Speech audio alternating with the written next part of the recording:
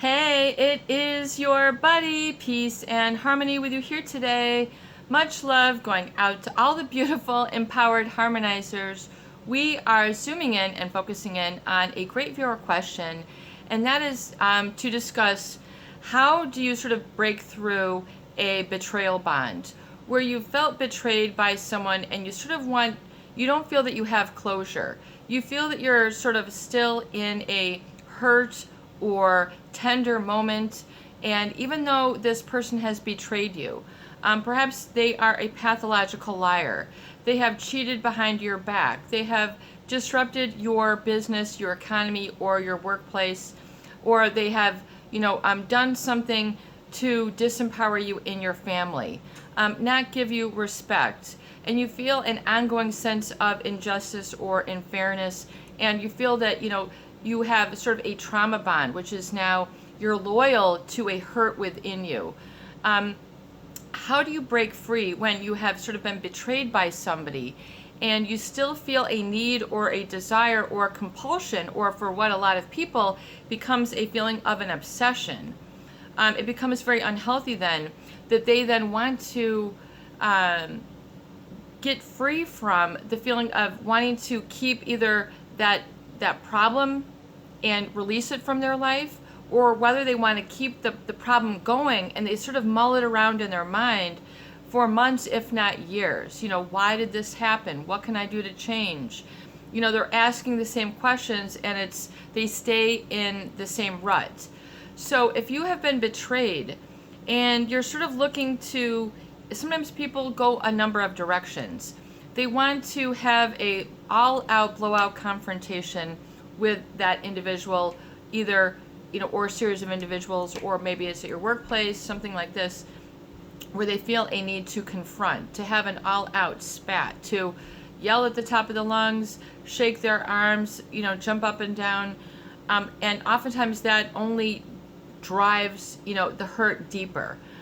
It causes people to lose face, lose composition, lose composure, and so if you're doing this, realize that oftentimes you're then sort of limiting the spectrum of your feeling. You're focusing on sort of trying to rectify an injustice which keeps you down. You're keeping an energetic vibration or a trauma bond or connection by keeping this sort of hostage in your own mind. And so to realize, to come through from this betrayal, is to realize oftentimes that there is nothing that you could have done to change this person, change this situation, change this circumstance, change this, complete system. Maybe it's at your workplace or your family or your community, wherever you have encountered this. Oftentimes this is what you have brushed up against. You have experienced, this is part of your journey, part of your own, what I say would be your nostalgia, or your life story, which then will culminate in understanding what is your life purpose, especially as you go through, navigate, and move through this, meaning move beyond. Take your life in a better direction. But oftentimes people are hitched to a betrayal relationship. They're hitched on like a tow truck. They're dragging, they become like a human tow truck. They're like, dragging around this relationship that doesn't have an engine, it doesn't have an air conditioner, it doesn't have any wheels on it, but they're towing it around, to try to make sense of it. And I want to get this working again, or I want to get myself working. And they have this literal physical and emotional weightiness that they're just sort of dragging around with them, and they're wondering why they aren't liberated, why they're constantly fatigued, why they have muscle spasms, why they can't breathe, why they don't have deep breathing, why they have cramps all the time, why they have anxiety, and why they have confusion and unclear thinking and unclear decisiveness. They find themselves just sort of waiting in the muck, not able to get out, and they feel that their life is going somewhere again. You've saddled yourself with oftentimes this betrayal bond, And people are then staying in the bond, within their own mind. In other words, they're keeping the relationship going even though they really need to release it and let it free.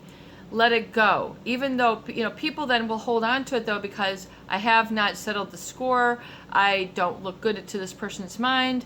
I feel that I've lost face. They have all these different reasons and excuses, which is keeping one foot in that old relationship and one foot trying to create a change. So you're not all in one place. You've got one foot in the trauma bond and one foot trying to get back on the journey. So you're trying to win at a one-legged race. You need to be all in with your liberation. You need to be all full, you need to have both feet in. You need to be close to your 100%. And if you're not there, then that is your goal. That is where you want to get. But if you are still holding on, part of you feels that you cannot be or are not strong enough to be liberated. Be strong. Be strong enough. You are strong. You are strong enough.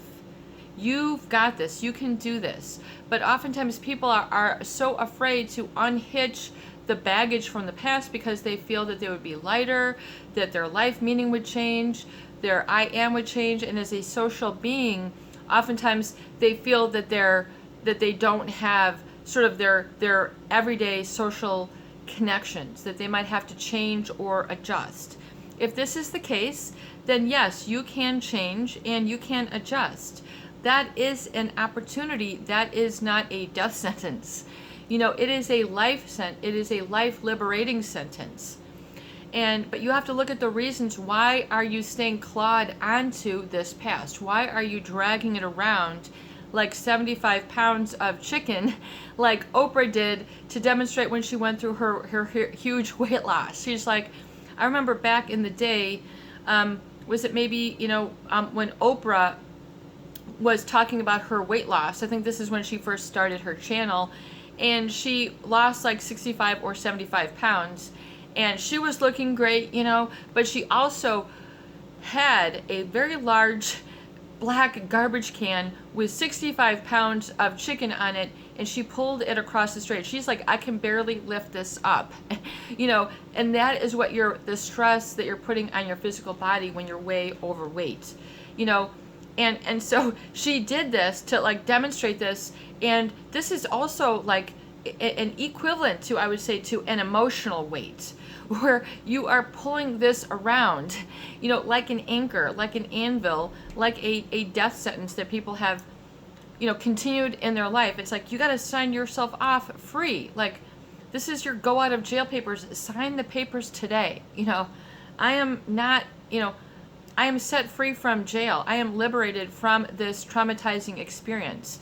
Get it all out. Release it all out. If you're not releasing it all out, part of you is sort of secreting a similar chemical, I would say, to keep it going, or you're continuing and nurturing a similar thought that's keeping it in place as well. This defines me. This I will never forget. Never again is now. I don't ever want to forget this. I'm going to live myself by this story.